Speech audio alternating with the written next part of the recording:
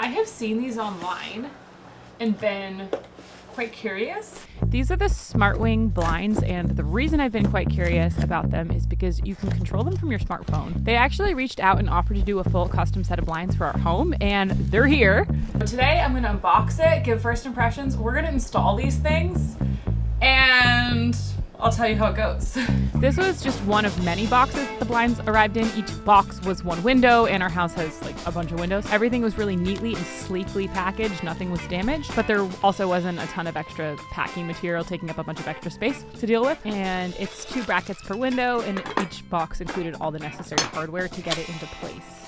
And I want to take a second to talk about how customizable these are. We picked a double layer option so that each window has a full light block and a 50% light block, but you can pick that for yourself. And then we also got to choose the color for each panel. We didn't want stark white, but we did want a light and bright finished look.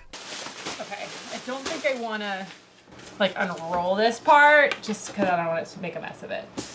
But yeah. Let's go install them, guys.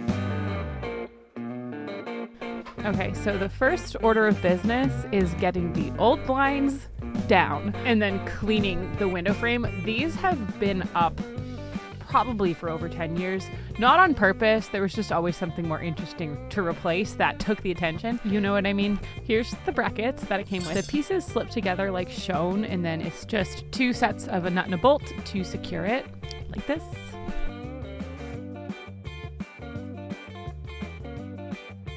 And Michael went ahead and even tightened this using a power drill just to be really sure that everything's super secure. The last thing we want is blinds falling off the wall.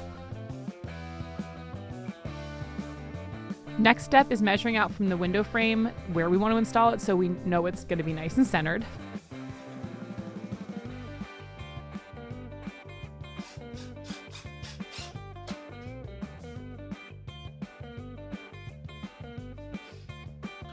There's a metal valance piece. I think it's called a valance piece. If I got the word wrong, pardon me. And it kind of like pressure fits onto that bracket. It popped into place really easy and it felt really secure. And then the next thing to screw into the window frame are these side brackets that are going to hold the blinds themselves.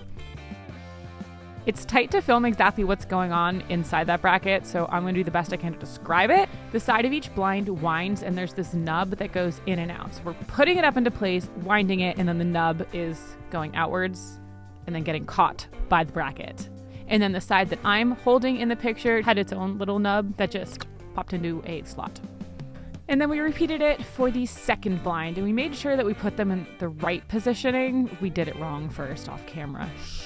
But in our case, the 50-50 is the panel closest to the glass of the window, and then the full light block is on top of that. I really like the look of the 2-layer blinds just as is. I might go ahead and add a window treatment or something at some point just because the edge is a little blunt, but I don't know. It's really not a bad look just as is.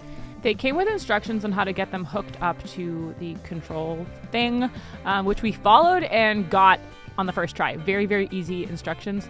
This little control panel worked okay. The system was a little bit confusing if you have a full house of these because each blind is a different number. Remembering what number is what blind was a bit cumbersome.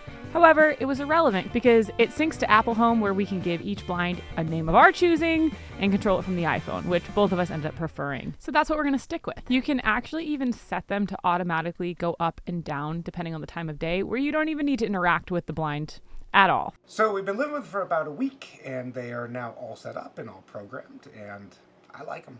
I like them too. You just set them up automatically, so they just automatically go up and down At certain times of day, but we always have the freedom to override it, and it won't disrupt the schedule. It'll then just resume it at the next point of time. Yeah, so I really don't find myself reaching for it to put them up and down at all because for the most part, like the times of day that we want them open and closed, pretty consistent. So, all in all, I would definitely recommend. I think that they added something to the space looks-wise, and I think that they were pretty easy to set up, and I like them. I like them too. They're really customizable, so I think you could, because we were able to customize like how much light was let in, and the 2 different layers could each be customized separately, plus there's different colors. So I can't really picture them not working for a space because there were just so many options too. Yeah. All right. Thanks for watching. See you on the flip side. On the flip side of what?